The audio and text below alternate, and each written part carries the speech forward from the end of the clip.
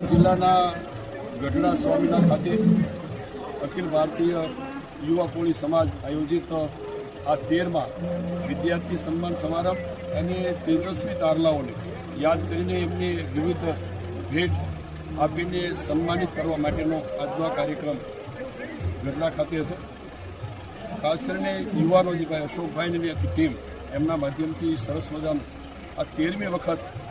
પરમતા કોળી સમાજના યુવાનોને યાદ કરીને, દીકરા દીકરીઓને યાદ કરીને, તેજસ્વી તારલાઓને યાદ કરીને જે રીતે સન્માનિત કરવામાં આવ્યા છે એનું અભિનંદન આપું છું। ખાસ કરીને ઉત્તરોત્તર જે રીતે સમાજની અંદર શિક્ષણનું પ્રમાણ વધી રહ્યું છે પણ હજુ ક્યાંક ગેપ છે। ખાસ કરીને જે ટેલેન્ટ હોય એવા યુવાઓને માર્ગદર્શિત કરીને સ્પર્ધાત્મક પરીક્ષાઓ યુપીએસસી જીપીએસસીની પરીક્ષાઓમાં પણ કઈ રીતે આગળના દિવસોમાં સ્પર્ધાત્મક પરીક્ષાઓ સામેલ થઈ શકે, એની સાથે સાથે સ્પર્ધાત્મક પરીક્ષાઓ લેવાય છે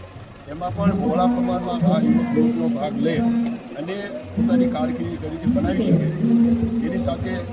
ધર્મને લગતા જે ખાસ કરીને સ્વામીજીએ પણ જે વ્યસન મુક્તિ અને સમાજની અંદર ક્યાંક રહેલી જે અંધશ્રદ્ધા અને બધી દૂર થાય, સમાજ આર્થિક રીતે સદ્ધર બને, પગભર બને,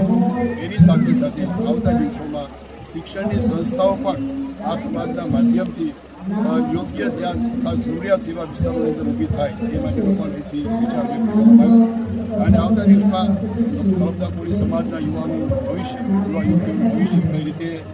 ઉજ્જવળ બને એ માટેનું તેથી સૌએ પોતાના વિચારો વ્યક્ત કર્યા।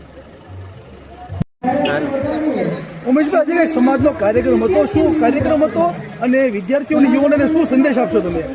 આજે ગઢડાની પવિત્ર ભૂમિ ઉપર અખિલ ભારતીય યુવા કોળી સમાજનો આ 13મો વિદ્યાર્થી સન્માન સમારોહ હતો, જેમાં ઉપસ્થિત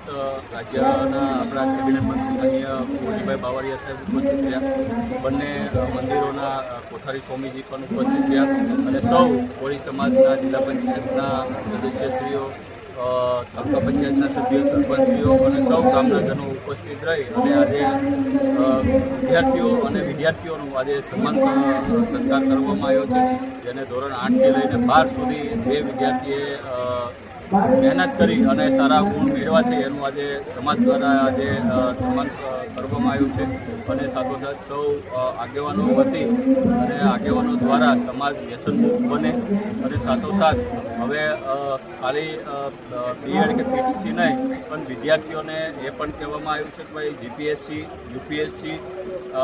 એવી રીતના સ્પર્ધાત્મક પરીક્ષાઓની પણ તૈયારી થાય એ પ્રકારનું અત્યારથી ધોરણ 10 અને 12ના વિદ્યાર્થીઓ ચાલુ કરી છે, જેથી કરીને આવનાર સમયની અંદર કોળી સમાજના પણ વિદ્યાર્થીઓ કલેક્ટર બની શકે, મામલતદાર બની શકે, આઈપીએસ બની શકે એ પ્રકારનું